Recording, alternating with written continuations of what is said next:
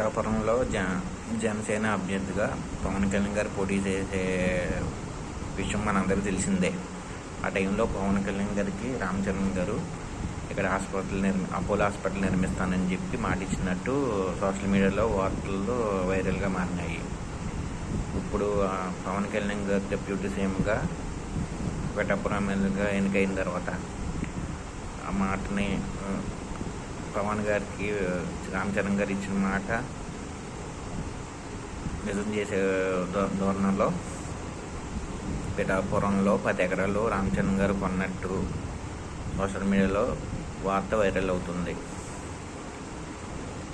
Apollo hospital పిఠాపురంలో నిర్మించి మంచి వైద్య సేవలు అందించేలాగా పిఠాపురం ప్రజలకి, పిఠాపురం కాన్స్టిట్యున్సీ ప్రజలకి అందరూ హర్షం వ్యక్తం చేస్తారు.